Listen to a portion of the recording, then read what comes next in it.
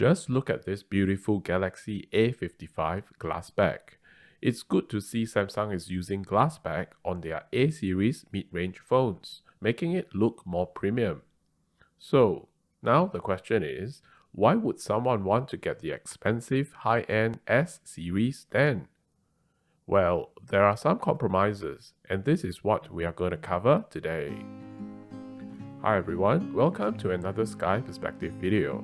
So this is my wife's phone, and it has recently ran out of security updates, meaning this phone is no longer protected for any future cyber threats. We use our phone for credit card payments, internet banking, and our whole digital life is on it. It's better to get a phone that is newer, more up-to-date and secure. So it's time for an upgrade. I'm comparing the A55 with the S24 Plus specifically, and not the S24, because the S24 is a smaller phone and has a different aesthetic altogether.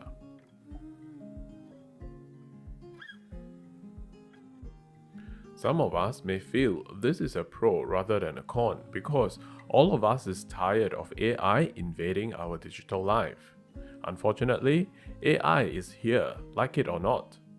It's not so bad if the tech company makes it less obtrusive, like Samsung Galaxy AI is pretty hidden in our Galaxy phone until we call for it. Personally, I'm using the circle to search features all the time now on my Galaxy S23 Ultra. If you don't mind not having Samsung AI, then I think A55 is good enough for you.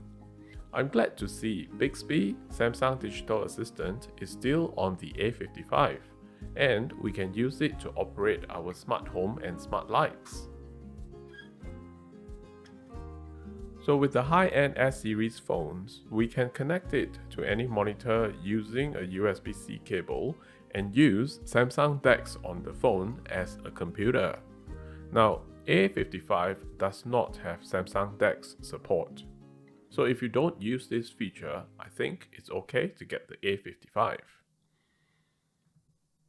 When it comes to the camera department, A55 lags behind the S series, but not by a lot. The zoom capability is only up to 10 times instead of 30 times or 100 times on the S series.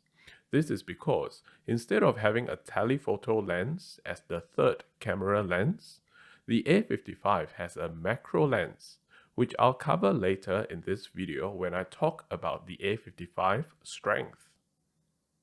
Having said that, the A55 camera is pretty decent, and the lack of zoom is compensated by its 50 megapixel main camera with optical image stabilization. With its f1.8 aperture, it lets in a lot of light, which makes this camera very capable in low light situations. So if we know how to leverage the A55 camera, we can still get pretty nice videos and photos. These are some samples of the A55 video and photos.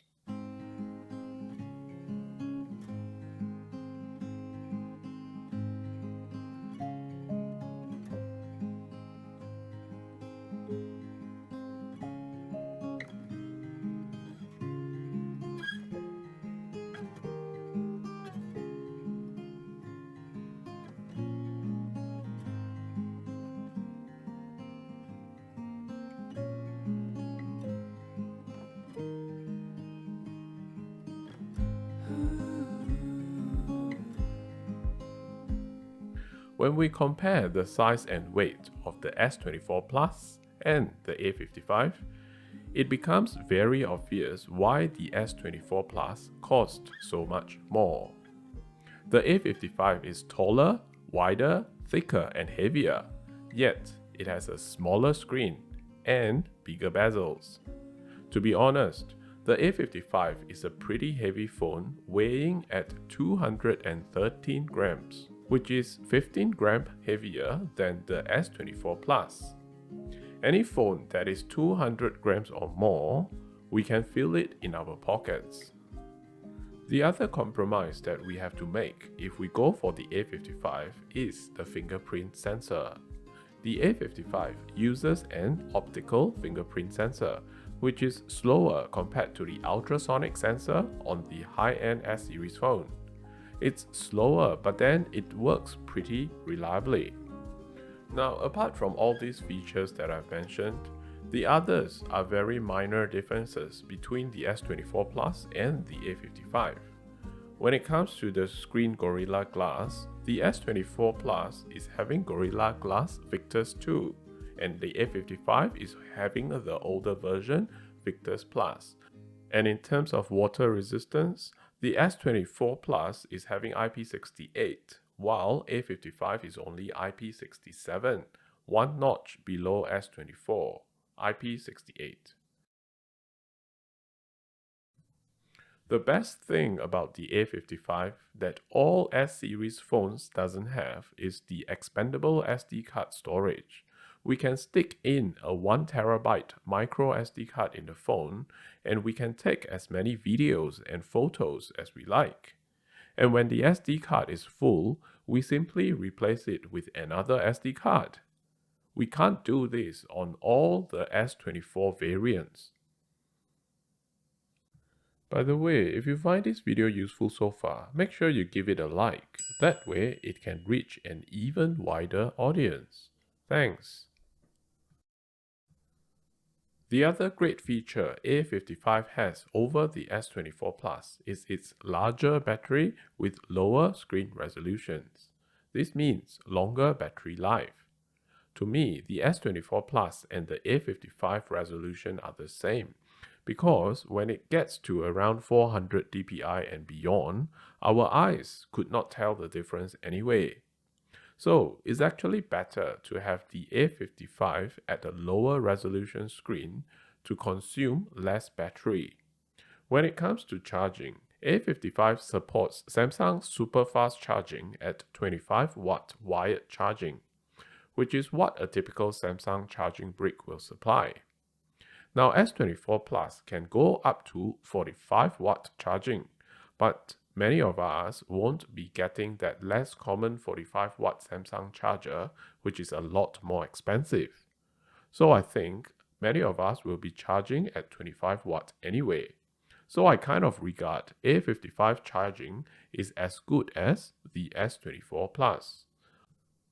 And for the front-facing camera, the A55 has a 32-megapixel selfie camera, while the S24 Plus only has a 12 megapixels. Yes, I know, megapixel numbers is not everything, but A55 32-megapixel selfie camera allows the phone to do things like pixel binning. And now we are moving on to the unique strength of this Samsung Galaxy A55. Not many phones come with macro lenses.